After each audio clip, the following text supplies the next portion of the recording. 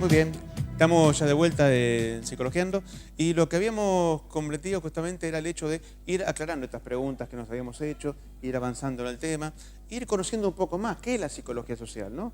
Que de por sí nuestra imaginario, nuestra forma de pensar muchas veces la confunde con la psicología. Y un poco nuestro objetivo es eso, el separar los ámbitos de incumbencia entre lo que es el psicólogo y lo que es la psicología social, ¿sí? Si te parece, para ir arrancando nuestro devenir, vamos a conocer un poco sobre la historia de la psicología social, como para poder avanzar justamente en el plano del conocimiento del tema. Vos me decías que la psicología social realmente no comienza en Argentina. No. Comienza, obviamente. A nivel, en realidad comienza en la segunda mitad del siglo XIX. Ajá.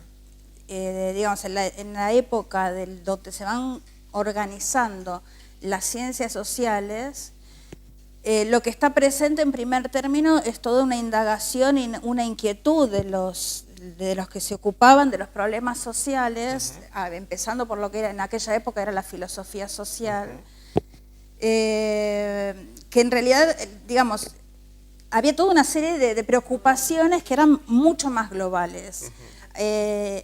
La psicología social, desde ese punto de vista, en aquel momento la pregunta hubiese sido la indagación por el alma de los pueblos, decía algún filósofo por ahí, o si no, digamos, por la psicología colectiva.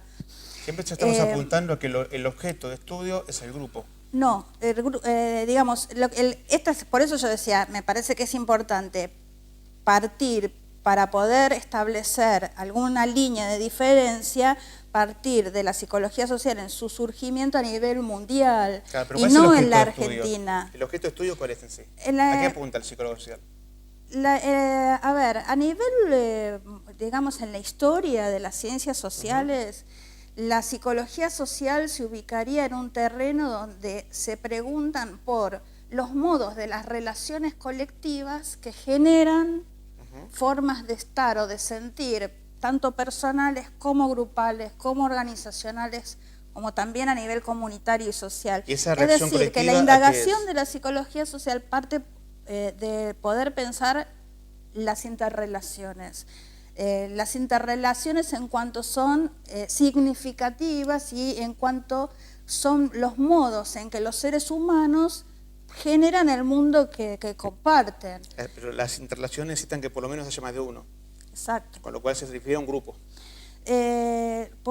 No, porque a ver, digamos, nosotros intentamos pensar la complejidad de lo social.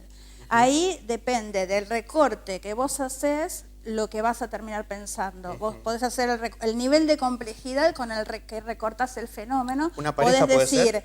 Podés decir el grupo, podés decir la organización, podés decir la comunidad entera, y la pensás como modos colectivos de generar eso que son. Claro, en sí, un conjunto de personas en interrelación con un objetivo en común ya estaría funcional a un objetivo. Esa es la definición clásica de grupo. En ese conjunto punto de personas que interactúan en función de un objetivo es la definición más clásica de grupo. Ponemos el eje, entonces, ahí ponemos el objeto. Lo que pasa es que ahí vos lo estás limitando al universo de lo grupal, y la psicología social puede pensar los grupos porque piensa mucho más que allá de los grupos. ¿Cómo se diferencia la sociología entonces?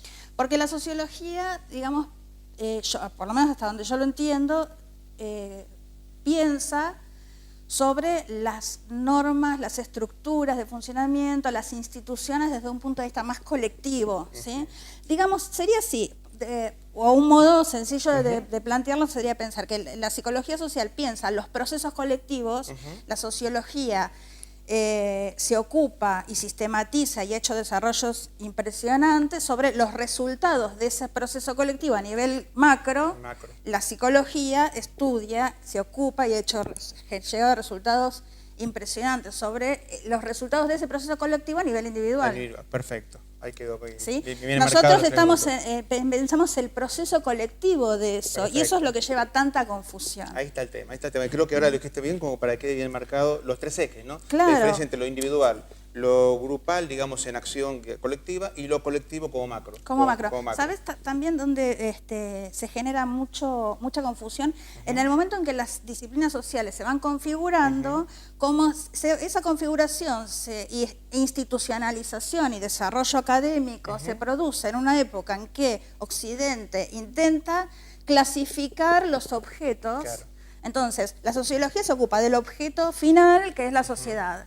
La psicología de la entidad final, digamos, que es la persona, y todas aquellas disciplinas que tenían que ver con lo intermedio y que no se podía visualizar en un recorte tan específico, es como que quedaron desdibujadas, y recién, a fines del siglo XX, empiezan a ser resignificadas y desarrolladas por propia necesidad, como decía ya en su época Saint-Simon, ¿no? Un antecedente de la sociología. En épocas de cambios vertiginosos, la pregunta es por los procesos de cambio. Muy bien. En épocas de estabilidad, por los productos de esos cambios. Entonces, durante toda la estabilidad de la modernidad o del capitalismo más clásico, la sociología es clara, la psicología es clara. Claro. Cuando todo esto se empieza a reconfigurar, los empiezan... espacios intermedios quedan perdidos. Vamos a encontrar un poquito que en Argentina ha habido un desarrollo muy importante de la psicología social, ¿no? Sí. O sea, esto que hoy decía se da en Europa, se da en otros lugares, pero en Argentina han habido personas que rescataron y lo han justamente estructurado bajo una modalidad independiente y muy autónoma. Tal es la escuela de Pichón Rivière. Sí. Así que vamos a conocer un poquito sobre esto y me vas a acompañar a conocer un poco la figura de Pichón Rivière. Una persona que comenzó en Argentina, en realidad él nació en Ginebra, ¿no? Vino muy chico acá a Argentina y luego se empezó a involucrar con lo que sería el grupo psicoanalítico que empezó a formarse en Argentina, hasta el punto tal de que él fue justamente uno de los fundadores de la institución madre, que es el APA, la Asociación Psicoanalítica Argentina. Ahí lo tenemos en una foto junto justamente con varios de estos fundadores de la misma. Y él hasta tenía una relación muy cercana con una de las psicólogas más importantes que ha tenido el país, que es Arminda Averasturi, la cual justamente fue su esposa y que ella trabajó mucho el trabajo con chicos, ¿no? Sí. Se dedicó más que nada a lo que es la psicología infantil, mientras que Pichón Rivière, siendo psicoanalista, siendo psiquiatra, luego se dedicó justamente a este desarrollo, ¿no? Al encontrar ya no la dinámica de la persona en su funcionamiento individual, sino intentar de ver la dinámica grupal. ¿Sí? Sí. Vamos a invitar a que nuestra teleaudiencia escuche y conozca, pero también que lea. Y en cada uno de los bloques vamos a poner lo siguiente, que le pido a nuestro señor director que vaya anticipándolo, que son las placas que van a acompañar justamente el pensamiento de Pichón Rivière en cada uno de estos momentos. En cada uno de los cortes vamos a poner estas placas como para que cada uno vaya leyendo un poco a qué apunta justamente este pensamiento de Pichón Rivière, extracto de sus trabajos, apuntados justamente tanto a lo grupal como a lo individual, y de qué manera él veía al ser humano, de qué manera lo encaraba, ¿no? Tanto como para saber a qué apuntaba él, de alguna manera, en su filosofía, tanto en lo individual, pero apuntándolo justamente con una herramienta grupal, ¿no? Y me quedo con esta última. El sentido de mi tarea ha sido indagar la estructura y el sentido de la conducta hasta descubrir su índole social, que es un poco lo que decías, ¿no? En la estructura que él planteaba, justamente, lo social terminaba siendo el eje de su visión. Sí. Justamente lo que habíamos hablado hace un rato. Sí, tal cual. Pichón Rivière era psiquiatra, nunca estudió psicología, él no era psicólogo. Pichón Rivière era un psiquiatra, como tal, estaba enrolado dentro de las corrientes más progresistas de la psiquiatría, porque adhería a la psiquiatría dinámica, y a partir de ahí empezó a indagar en el psicoanálisis, y ahí fue uno de los psicoanalistas más destacados que tuvo el país. Convengamos que en Argentina, en aquella época todavía no existía la facultad. El psicólogo no existía. No existía la facultad de psicología. Claro, existía el psicoanalista. Que el psicoanalista, la mayoría eran médicos, psiquiatras, la mayoría, como Freud mismo fue, que luego justamente se especializó en el comportamiento humano. Sí, cuando decimos los médicos que hacían psicoanálisis eran muy poquitos, claro. Muy poquitos, no sé. Por eso se funda el APA, que es por una especie, digamos, de guarida sobre la cual se afianzó lo que sería quiénes somos y quiénes no somos. Sí, con pero mucha ese rigidez y con mucha proceso estructura. de fundación de la APA es posterior a la fundación de la primera escuela de psicología social, que se funda en el año 53, me parece. Él funda el Instituto de Estudios Sociales, que tenía que ver con la Escuela de Psiquiatría Dinámica, que después sería lo que él renombraría como Psicología Social, antes de incluso de la APA. No, y de la fundación de la Facultad de Psicología en Rosario, que fue la primera que tuvo el país. Sí. De todos modos, lo que se empieza a crear es un movimiento de estudio.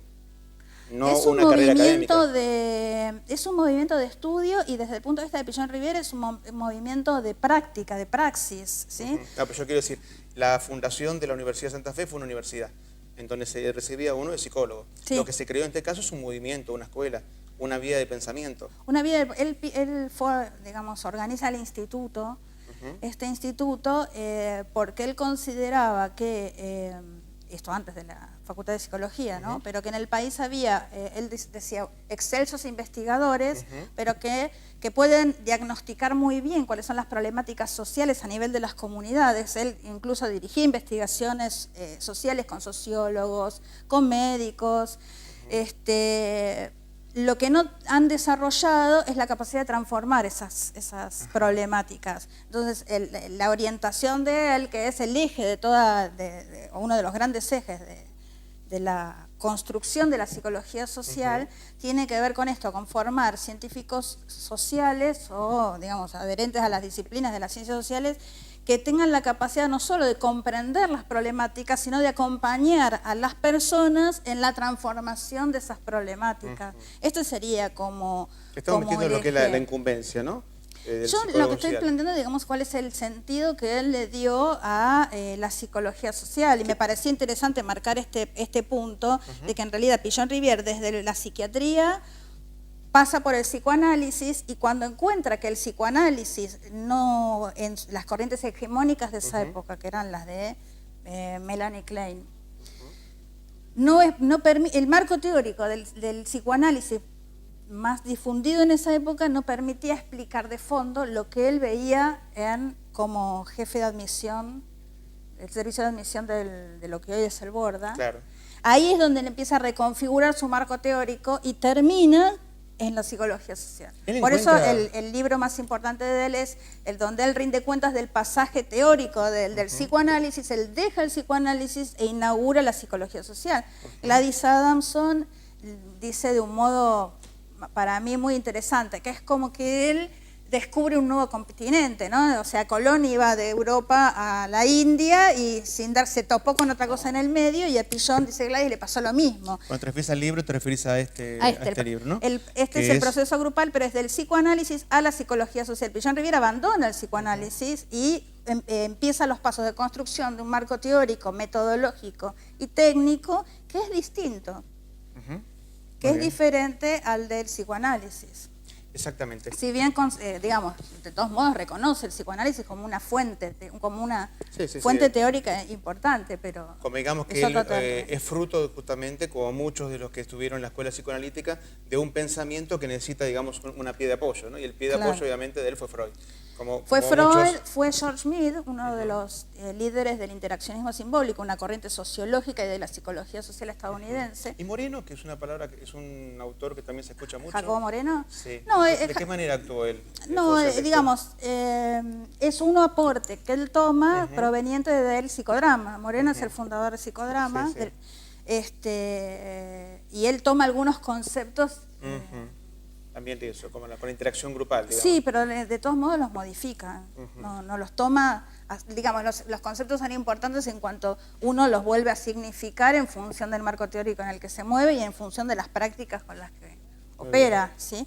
Vamos a ir a una pausa. Dale. Y luego de la misma vamos a tratar de entender algunas preguntas más que nos quedaron, que la gente nos ha hecho llegar, sobre todo el tema de la incumbencia, cuál es el campo laboral, de qué manera trabaja.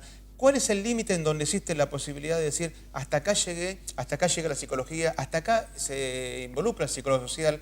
Si puede hacer terapia un psicólogo social, de qué manera se involucra con respecto a la problemática de la gente, cómo se trabaja en función de esa coparticipación tal vez con la búsqueda de la salud, porque lo que no creo que dejemos nunca de lado es que la búsqueda de la salud es el bien final de cualquier intervención. Entonces, en ese punto, ¿hasta qué punto se da, cómo no se da? Y obviamente seguiremos charlando, discutiendo y conversando sobre lo que es y qué significa la psicología social. Luego de una pausa ya volvemos, no se vayan, ya estamos.